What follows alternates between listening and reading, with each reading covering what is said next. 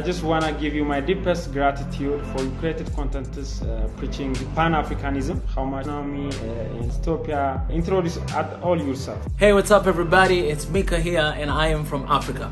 I know you from the reaction videos that I've done before. I remember I did reaction of one of the musics. It was pretty much like collection of music and comedy, and that's when I saw you. That was my first time to see you. And Ethiopia, I've known Ethiopia for a long time. As you know, it's one of the oldest nations in the world. And you know, I have one of my close friends from Ethiopia. We've been close for over 9 years now. So I've known a lot about Ethiopia from him. And when I started to do reaction of music, I think everything became very clear to me. I just fell in love with the culture and society and people and food. And right now, I don't call myself, Tanzanian or Ethiopian. I call myself African because I see myself in every single culture in Africa. What drives you to do content about Pan-Africanism in general and Ethiopian particularly? What drives me is the love I have for my people and my continent. For a long time, Africa has been taken advantage of, and God has blessed me with a little knowledge of bachelor studies, and as days goes on, I've realized how many things we're losing Africa because of just few people who are always taking advantage of Africa. So I think the love for the continent and for my people, it drives me to fight for the right of Africa. And most importantly, to say no to all the lives that have been wasting every single day of our brothers and sisters in Ethiopia. How do you express the current situation in Ethiopia? The current situation of Ethiopia right now, I don't see just an Ethiopian issue, but I think it's an African issue. Ethiopia, they're setting an example, just like as always, right, to show Africans how we should be fighting, how we should be defending our leaders, our continent, our countries, and our people. You see Ethiopians fighting so hard for their unity and bringing back the nation where it used to be.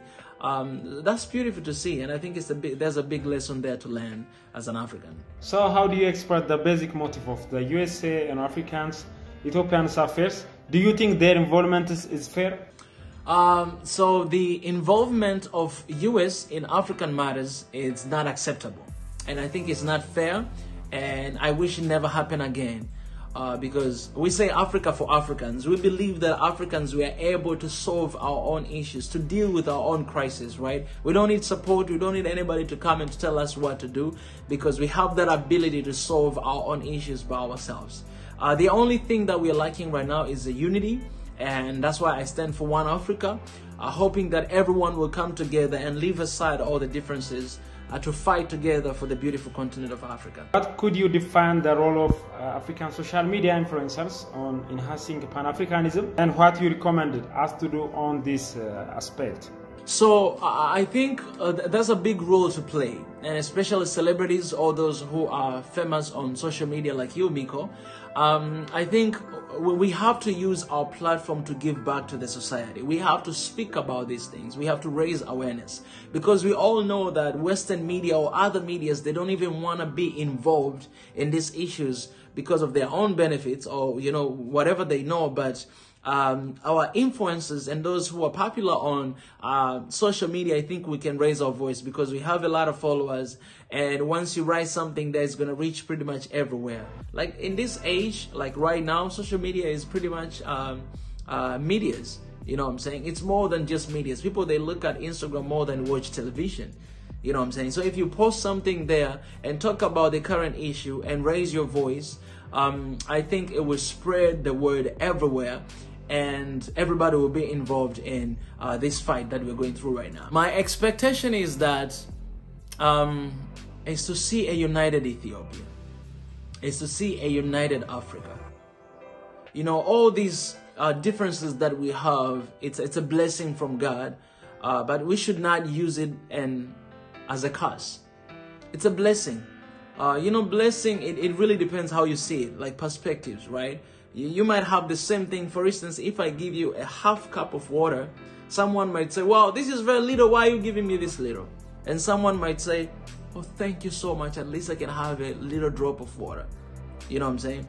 It's perspective. It's how you see it. You can either complain about it or being grateful. So I think even the Prime Minister of Ethiopia, he once said that diversity is one of the pillars of our unity.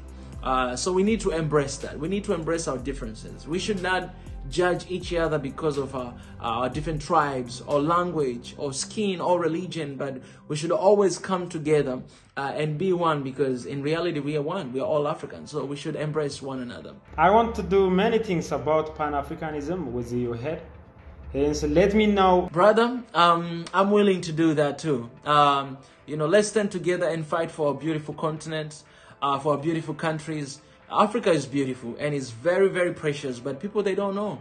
They don't know about it, and that's why they're not willing to fight for it. Then we have people who are working, for example, our brothers and sisters in Ethiopia, they're working and fighting for their country, for their people. And I think it's the time for all Africans to stand and to fight for Africa. Knowledge is power. If you don't have knowledge, you're weak. Right? And the Bible says, my people are perished, are destroyed for the lack of knowledge. So we need to have knowledge as much as we can. And me, I'm willing to collaborate with you in any ways to bring about the message of one Africa and the message of unity throughout the continent of Africa. Let's do it. Let's get it. Do you have a plan to visit Ethiopia? Well, I'm going to visit Ethiopia very soon. You know, I always say this, that my birthday is on January 5th. So I want to be in Ethiopia before that, because I want to celebrate my birthday with my people in Ethiopia. I'm coming very soon, every January, and I cannot wait to see everybody. I'll be there for a long time, for a very long time. It's my home. I don't even call it my second home, but Ethiopia is my home now, and I cannot wait to be there. Appreciate. Thank you so much for having me. Keep doing what you're doing, and let's keep fighting for Africa. I love you all. Respect. Bye-bye.